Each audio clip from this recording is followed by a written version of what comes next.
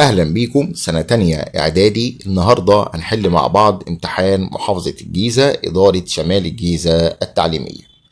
السؤال الأول: أمامك خريطة صماء للوطن العربي، اكتب ما تدل عليه الأرقام التالية. 1. المحيط. هنبص على المؤشر يا شباب. طبعا المحيط اللي هنا هو المحيط عندنا الأطلنطي. احنا عندنا محيطين، المحيط اللي هنا الهندي والمحيط اللي هناك هو الأطلنطي، فبالتالي الإجابة الأطلنطي. 2. دائرة عرض. طبعا دائرة عرض يا شباب في الحتة دي هي دائرة عندنا الاستواء. لو جات لك الدايرة في النص هنا هتبقى مدار السرطان. 3. أكبر دولة منتجة للحبوب الغذائية. هنبص على المؤشر رقم 3 يا شباب، هنا طبعا دولة مصر. 4. أولى الدول المنتجة للبترول. طبعا من أولى الدول المنتجة للبترول في الحتة دي يا شباب هي دولة السعودية. اكتب ما تشير إليه كل عبارة مما يأتي. سياحة تتمثل في زيارة الأماكن التاريخية، طبعا اسمها سياحة ثقافية وعلمية. 2. حشائش تنمو طبيعيا دون تدخل الإنسان وتربى عليها حيوانات مختلفة حسب غنى وكثافة هذه المراعي، طبعا دي اسمها المراعي الطبيعية. السؤال اللي بعده: حدد المنتجات الآتية صادرات أم واردات للوطن العربي. النفط، الآلات، الطائرات، الغاز الطبيعي. طبعا النفط عندنا عبارة عن صادرات، أما الآلات هي واردات، الطائرات برضو هتكون واردات، الغاز الطبيعي عبارة عن صادرات. السؤال الثاني: اختر الإجابة الصحيحة مما بين القوسين. تعتمد الزراعة في شمال الوطن العربي على الآبار، الأمطار، الأنهار، العيون. طبعا بتعتمد في شمال الوطن العربي على مياه الأمطار.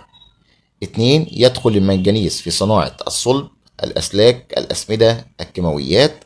طبعا المنجنيز يدخل في صناعة الصلب.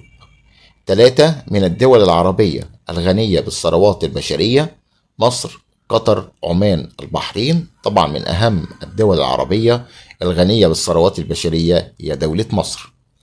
باء. بما تفسر أهمية الزراعة لسكان وطننا العربي.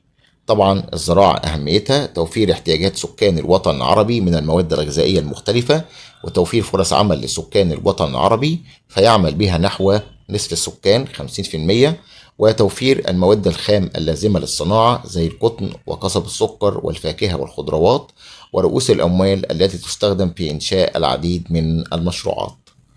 2. الأغنام أكثر الحيوانات انتشارا بالوطن العربي، طبعا بسبب فقر المراعي في الوطن العربي. 3.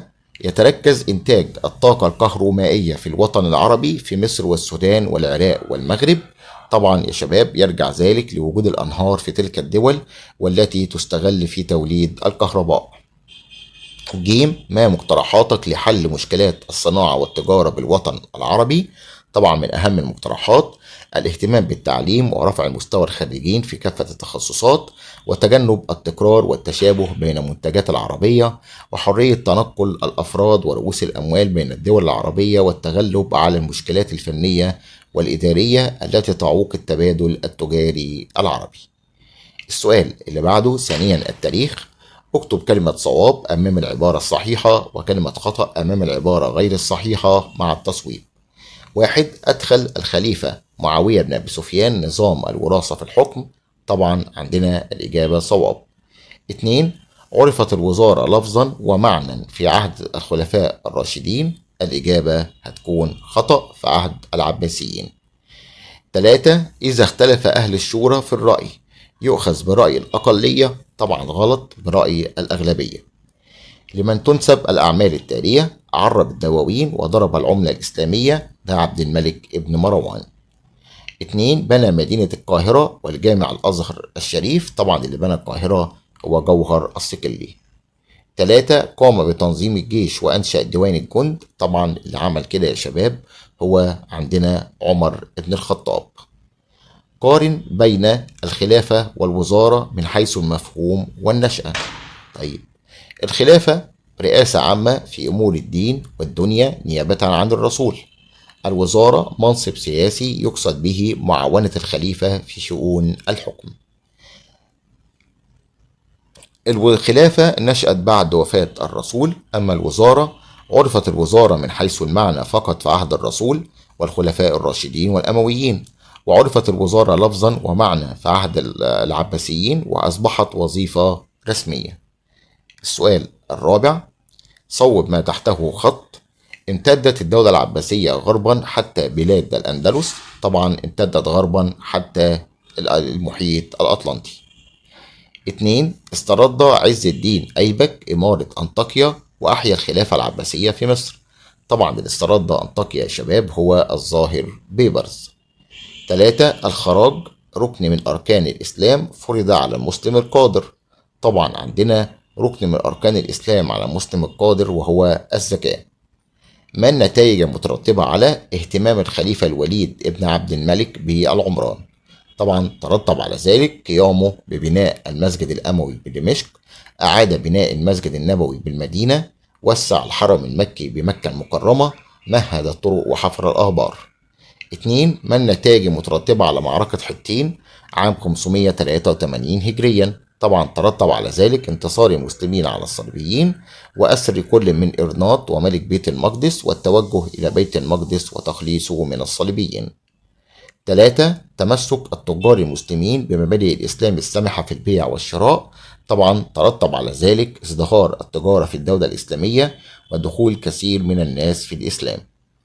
ج. ماذا يحدث إذا فشلت الحملة الصليبية الأولى على الشرق الإسلامي؟ طبعا عندنا لم تتمكن الحملة الصليبية الأولى من إقامة مملكة وثلاثة إمارات صليبية في الشرق. وبكده يا شباب انتهينا من أسئلة الامتحان. يا ريت تدعمونا بلايك للفيديو لو سمحتم واشتراك في القناة ليأتيكم كل ما هو جديد.